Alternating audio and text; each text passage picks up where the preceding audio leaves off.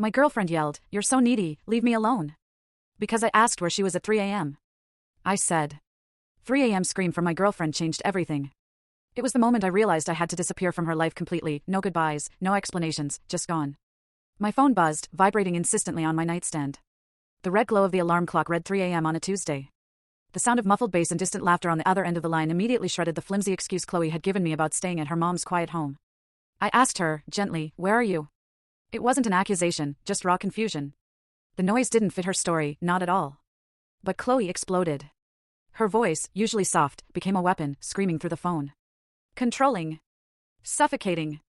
Why do you always track my every move? I barely got a word in. Then, the hammer blow, "You're too clingy. Give me space." Click. She hung up. I sat there, the phone heavy in my hand, the darkness of the bedroom suddenly amplified. 2 years. 8 months living together. I thought we were solid. I'd helped her with her car loan, cheered her through a tough career change, spent countless weekends with her family, always trying to be the perfect partner. And now? I was clingy for asking a simple question at 3 a.m. after she clearly lied about where she was. Something inside me just snapped. It wasn't a burst of anger, or even a wave of sadness. It was this chilling, crystal-clear realization: I'd been playing a game, her game, and I didn't even know the rules. I got out of bed, my feet cold against the floor, and just stood in the living room for what felt like an eternity. My brain was finally catching up to what my gut had screamed at me for months. This wasn't the first red flag, not by a long shot. It was just the one I couldn't rationalize away anymore.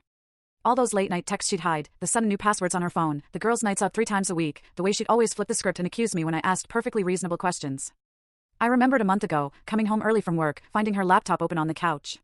She practically launched herself to close it before I could even glance at the screen. Laughing it off, saying she was planning a surprise for me. The surprise never came. Or the dinner, her phone ringing, her face draining of color as she claimed spam, but I saw a name flash before she declined it. I'd made excuses for all of it, swallowed every lie, because I loved her. Or at least, I loved the version of Chloe I thought existed. But that version? It was a ghost. If it had ever been real at all. Right then, at 3:30 a.m., I made a decision. Most people would call it insane, but for me, it felt like the sanest, clearest thing I'd ever done.